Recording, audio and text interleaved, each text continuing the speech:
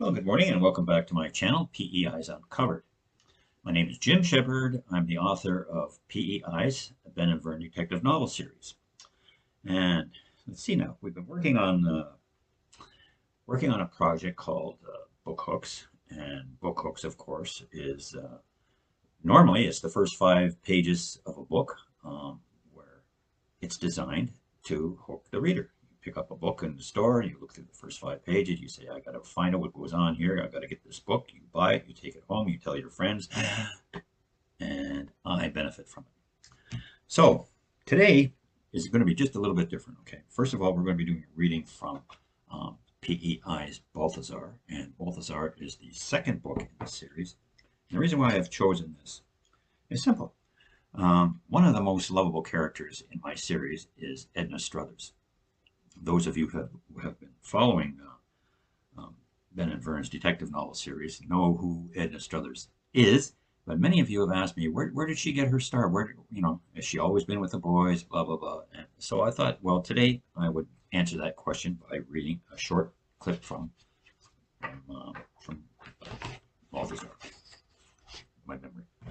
Okay, so here we go. Ben noticed the beat-up Dodge sitting in front of the office as he pulled his pickup truck into its customary parking spot alongside of the building. He climbed down from the cab while gingerly balancing a tray of steaming coffee cups in one hand and a bag of still-warm blueberry muffins in the other. He paid little attention to the rotund, elderly woman who emerged from the driver's side of her car and proceeded on a collision course with him. Neither realized that they shared the same destination. Had Ben not pulled up short at the very last moment, he would have surely plowed into the woman, covering her with scalding coffee in the process. He was about to offer his apology to the startled pedestrian when she cut him off with an ego-shattering admonition. Oh, for heaven's sake, watch where you're going, you clumsy oaf! Are all of you young people on drugs these days? Ben sensed that the old girl's handbag was about to take on a weapon status as her right arm slowly began to swing the person in the direction that his head had been lined up for in a direct hit. He backed up a step, giving his adversary ample time to reconsider and forfeit the move. Is it becoming necessary for us seniors to walk around town flashing lights and waving flags so that you young hooligans might take notice of our presence? Why, if I had the time or patience, I would take down your name and have you reported to the authorities. Your lack of respect is appalling. Ben wondered who the authorities were that she would be reporting to, but he wisely kept the question in his head.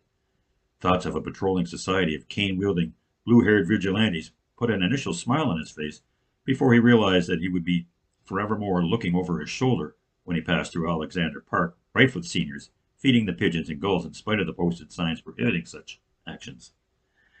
He decided to ignore the woman's rant and reached out to open the door to the office when the feisty old girl, thinking that Ben was nothing more than a delivery boy, barreled her way past him and entered the office.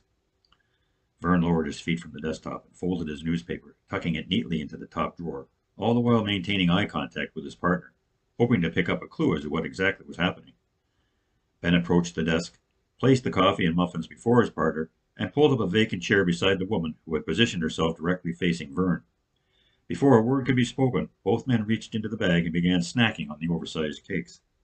After washing down the first bite with a swig from one of the coffee mugs, Ben turned to the woman, who sat in obvious confusion. Let me guess, he asked, through the widest smile that Vern had ever seen him produce. You are answering our ad for a capable assistant. Am I correct? He emphasized the word our to the point where no one, even a crusty old curmudgeon, could mistake its meaning. Vern had no idea where this was going, but he sensed that it would be a big mistake to intervene. He took a long sip of his own coffee, leaned back in the leather chair, and laced his fingers behind his head. Well, of course that's why I'm here. I didn't know. Ben cut her off in mid-sentence. You didn't know. Please, tell us. What is it you didn't know, my dear? Well, I didn't know that you were. Again, Ben cut her off before she could finish her thought. I think what you're trying to tell us is that you had no way of knowing that I, the clumsy oaf who takes advantage of poor old seniors, would be the very person to whom you would be applying for a job as our capable and trustworthy office manager. Is that what you're trying to say, man? Forgive me, but I don't think I caught your name when you threatened to turn me into the authorities. Edna, Edna Strothers. I guess we got off to a bad start. Perhaps I misjudged you, young man. I assumed that you were one of those belligerent young thugs. But no harm done. I'm sure that in time we'll come to like each other. I have that effect on people, you know. That being said, the confident Edna Strothers reached into her purse and pulled out a stack of handwritten references, most of which originated from her friends down at the senior center.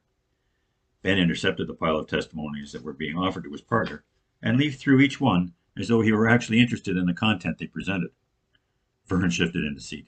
He had a pretty good idea of where Ben was taking this. He reached for his muffin and coffee, not wanting to miss a single word. Well, you see, Edna, what we are looking for right now is someone who can work some very long and grueling hours. And since you are admittedly a senior citizen, we will require a medical clearance. In addition, you'll be expected to deal with a plethora of obnoxious clients, do all the bookkeeping and clerical work, which will be scrutinized viciously by my partner and I. Keep this office clean and tidy, including the washrooms. Make sure that we have clean socks in our desk drawers at all times. Have no objections to running snack errands for us whenever we so desire. And most importantly, keep your mouth shut and stay out of our way. Now, do you think that you are that person, Edna Strothers? Just what does this job pay, young man? Well, now, that depends. If we like you after the first week, we will pay you minimum wage. If you grow on us, we will redress your income at the appropriate time. Of course, if business is bad, we might have to cut back, but we'll cross that bridge when we get to it. Edna's shoulders slumped perceptibly. But your ad here says that you're offering $15 an hour to start, plus benefits. Yes, it does, Edna. But when we wrote that, we assumed that we would like our new employee. You see, Mr. Peters and I are very lovable and friendly guys. Ask anyone. And we prefer to employ people who are like-minded. But if we hire you, we have to start off in a bad place. Right where you put us. And surely you don't think that we're fond of you already after all that went down between us, do you? Vern almost choked on the last bite of his muffin. He found it necessary to cover his mouth and stifle a cough. Ben sat with a smug look on his face and watched the befuddled Edna as the realization that she had been dissected and figuratively shown the door settled on her rugged face. She extracted her papers from Ben's hand, stood, and marched to the door, stopping only long enough to shoot him a glare that would have stopped Jack the Ripper dead in his tracks. Ben could not resist a parting shot. What do you say, Edna? First thing Monday morning? We open up at 7. The door slammed with enough authority to send shockwaves through the adjoining pane glass windows. Vern, though amused to no end by the comedic interlude that accompanied his morning snack, sensed that a disturbing pattern had developed. You do realize that she was the best prospect we have had to date. At least she had her own teeth. 13 responses, 13 rejections. Are we ever going to find the right one? As the old saying goes, Rome wasn't built in a day, my friend. We don't want to settle. If and when the right applicant applies, we'll know. Vern shrugged his shoulders in a move that expressed his doubt that they would ever see the position filled. He reached into the top drawer of his desk, threw a pair of bunched-up socks over his shoulder, and retrieved the newspaper that he had been reading prior to the interruption.